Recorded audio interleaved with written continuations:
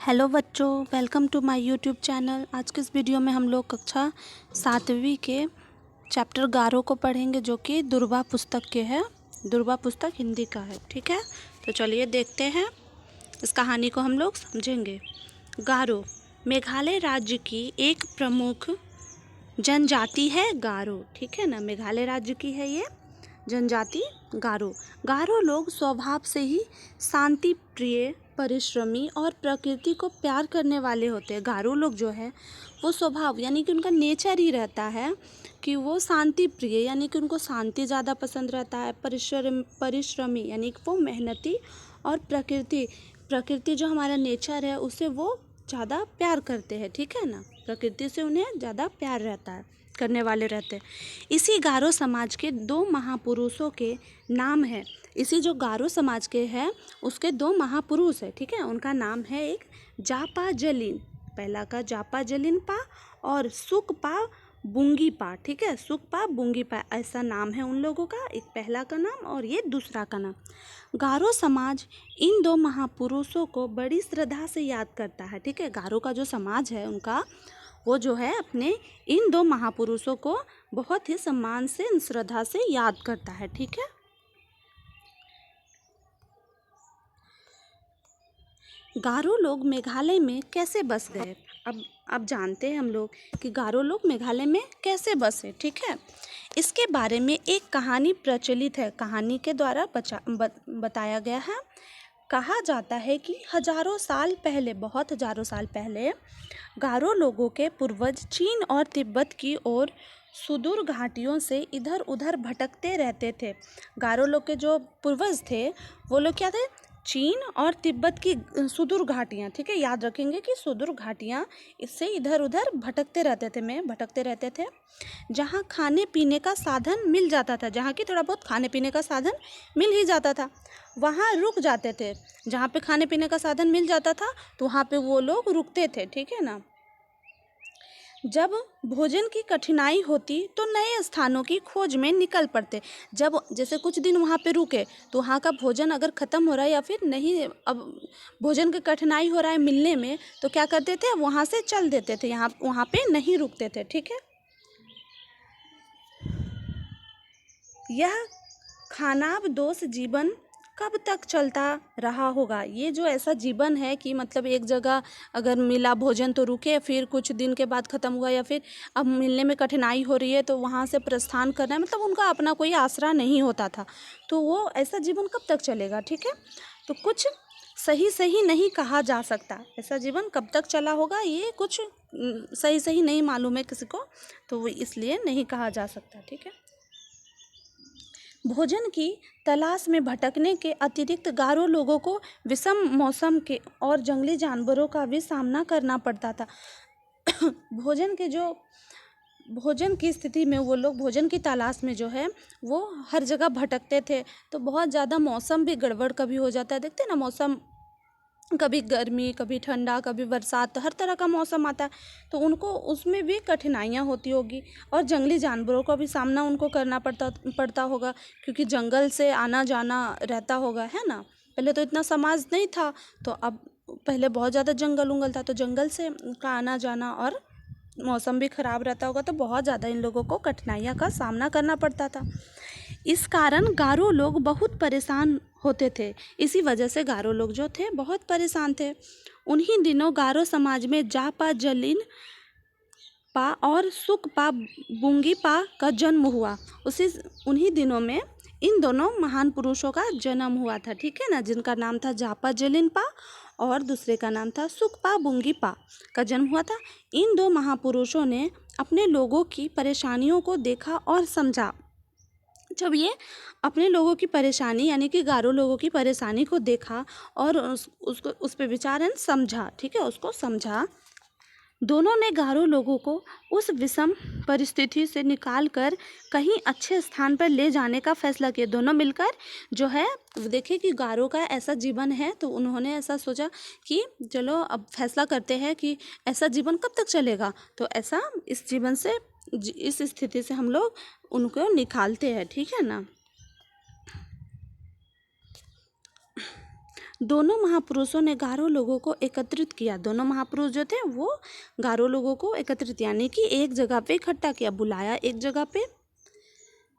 उन्होंने बताया कि वे उन्हें एक सुंदर स्थान पर ले जाएंगे। उन दोनों ने अपने गारो समाजों को बताया कि वे जो है उन लोगों को एक अच्छे से स्थान पे ले जाएंगे। गारो लोग उनका बहुत सम्मान करते थे। गारो लोग जो थे उनका बहुत ज़्यादा सम्मान करते थे, यानी कि उसका आदर करते थे, ठीक है ना।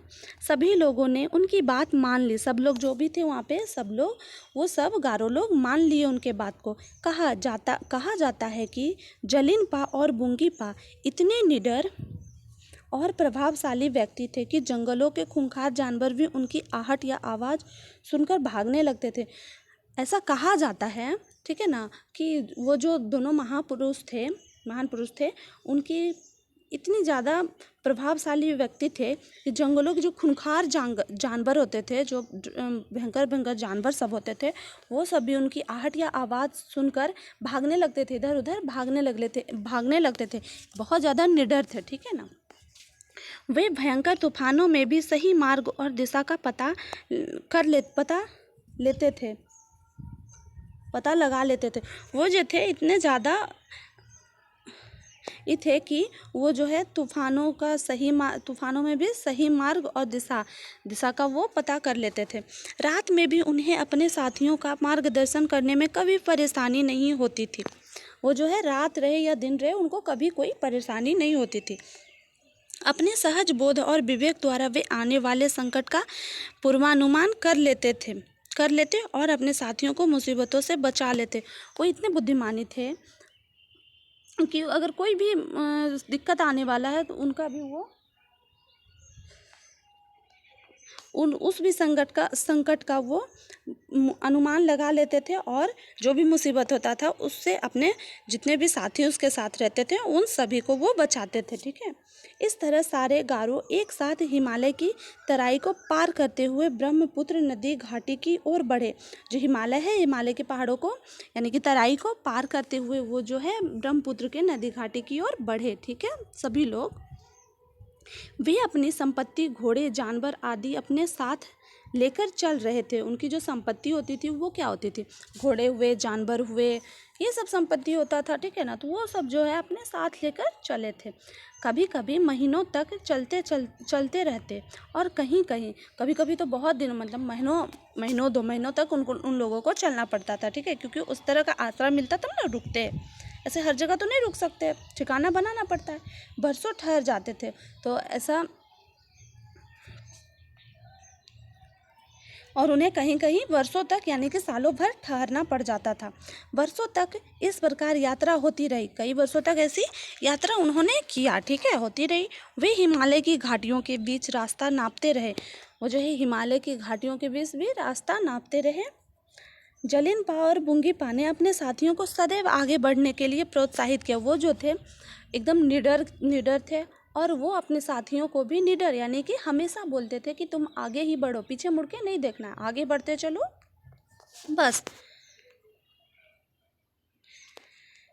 कई वर्षों की कठिन यात्रा के बाद गारो लोग असम के मैदानी जंगलों में आ पहुंचे। अब बहुत सालों की कठिन यात्रा के दौरान जो है उन लोगों, जो गारो लोग हैं, वो लोग असम के मैदानी जंगलों यानी मैदान भरी जंगलों में आ पहुंचे, ठीक है। कहा जाता है कि उनका पहला पड़ाव कुछ बिहार के वनों में हुआ था। ऐसा कहा जाता है कि वो जो है पहला पड़ाव उन लोगों का है कुछ बिहार के वनों में हुआ था, यानी कि वहाँ शायद बसे होंगे। कुछ बिहार पर उन दिनों असम के राजा का अधिकार था। असम के राजा का वहाँ पे कुछ बिहार में अधिकार था, ठीक है ना। उसने गारो लोगों को आगे बढ़ने से रोक दिया। अब वहाँ के जो राजा थे उन्होंने गारो लोगों को वहाँ से आगे बढ़ने से रोक दिया गया, ठीक है, रोक लगा दी गई। गारो लोग प्रारंभ से ही शांति प्रिय रहे हैं। आपको पता है, शुरू में ही बताया गया कि गारो लोग जो है शांतिपूर्ण, उनको शांतिपूर्ण और प्रकृति से ज़्यादा प्यार रहता है, इस टाइप के थे। उन्होंने लड़ाई का रास्ता नहीं अपनाया, उन्होंने लड़ाई का, क्योंकि शांति प्रिय थे, शांति वाले लोग को देखिएगा कि लड़ाई से हमेशा दूर रहेगा, ठीक है ना। तो वो जो है लड़ाई का रास्ता नहीं अपनाना चाहते थे, उन्होंने लड़ाई का रास्ता नहीं अपनाया। जलिनपा और बुंगीपा ने असम के राजा से बातचीत करके उन्हें समझाया। वो जो असम के राजा थे, उन दोनों ने, महापुरुषों ने उनके राजा, असम के जो राजा थे, उनसे कुछ वार्तालाप करके उनको समझाने की कोशिश किया, यानी कि समझाया। असम का राजा उन्हें मार्ग देने के लिए सहमत हो गए। समझाने बुझाने से असम के जो राजा थे वो मार्ग देने के लिए, यानी कि रास्ता देने के लिए सहमत हो गए, यानी कि मान गए। उसका विवाह एक गारो सुंदरी से करा दिया गया। वो इस तरह वातावरण मित्रतापूर्ण हो गया। कुछ विद्वानों का अनुमान है कि यह घटना लगभग प्रथम सदी ईसा पूर्व की है। आज कुछ बिहार इलाका पश्चिम बंगाल राज्य में पड़ता है। पहले क्या असम में पड़ता था, अब पश्चिम बिहार में पड़ता है, पश्चिम बंगाल में पश्चिम बंगाल राज्य में पड़ता है। कहा जाता है कि गारो समाज के कुछ लोग कुछ बिहार क्षेत्र में बस गए थे। आज भी कुछ बिहार क्षेत्र में तथा आसपास के कई स्थानों में गारो समाज के लोग रहते हैं, ठीक है। अब जलिनपा और बुंगीपा ने अपने लोगों को गारो पहाड़ी की घाटियों की ओर चलने की सलाह दी, ठीक है। यह घाटी बहुत ही सुंदर थी। यहाँ पहाड़ी झरने, जंगली फूल फल, जड़ी बूटियाँ और पशु पक्षी वातावरण को और अधिक आकर्षक बना रहे थे। जहाँ प्रकृति होती है, पेड़ पौधे हरे भरे रहते हैं और पक्षी सब रहते हैं, उनकी चहचहाहट और फल फूल, यानी कि सुंदर सुंदर फूल, जड़ी बूटियाँ, सब चीज़ रहती है। वहाँ का वातावरण ही एकदम अच्छा रहता है ना। तो ऐसा वहाँ का वातावरण था, तो उससे क्या है, आकर्षक बन रहा था, ठीक है ना। ज़मीन भी बहुत उपजाऊ थी। वहाँ की ज़मीन भी बहुत उपजाऊ, यानी कि फसल उपजती है जहाँ पे ज़्यादातर। तो अब देखते हैं वहाँ की, कहते हैं ना कि ज़मीन उपजाऊ है, ठीक है। इस कारण उन्होंने वहीं बसने का फैसला किया। तो जो गारो लोग थे, उन्होंने देखा कि यहाँ की प्रकृति इतनी बढ़िया है, यानी कि आकर्षित करने वाली है, मनमोहक है, और वहाँ की ज़मीन भी उपजाऊ है। तो वो लोग फैसला कर लिए कि चलो हम लोग यहीं पे रुकते हैं। आज यह क्षेत्र गारो समाज का मूल निवास स्थान बन गया है। आज हम लोग जानते हैं कि गारो समाज का वो जो है मूल स्थान है, ठीक है ना। गारो लोग इस क्षेत्र को अपनी पवित्र भूमि मानते हैं। गारो लोग क्या है, वहाँ जहाँ पे बसे हैं, उन्होंने उस क्षेत्र को अपनी पवित्र भूमि माना है। गारो लोग प्रारंभ से ही प्रकृति के विभिन्न प्रकार के संसाधनों की तलाश करना ही अपना मनोरंजन मानते हैं। जंगलों में घूमना, फल फूलों, अन्न कंद मूल आदि की खोज करना, खेती के लिए उपजाऊ भूमि की पहचान करना आदि उनको शुरू से ही पसंद था। बताया गया है शुरू में ही क्या उनको प्रकृति से बहुत ज़्यादा प्यार था, है कि नहीं। आज भी गारो लोगों ने अपने पारंपरिक हुनर को कायम रखा हुआ है। आज भी जो है गारो लोग में ये सभी हुनर जो है पाया जाता है, यानी कि उन्होंने अपना हुनर को खोया नहीं, ठीक है। गारो समाज और गारो संस्कृति भारत का गौरव है, ठीक है। भारत का गौरव है गारो समाज और गारो संस्कृति। गारो समाज आज भी जलिनपा और बुंगीपा को बड़ी श्रद्धा और आदर से याद करता है।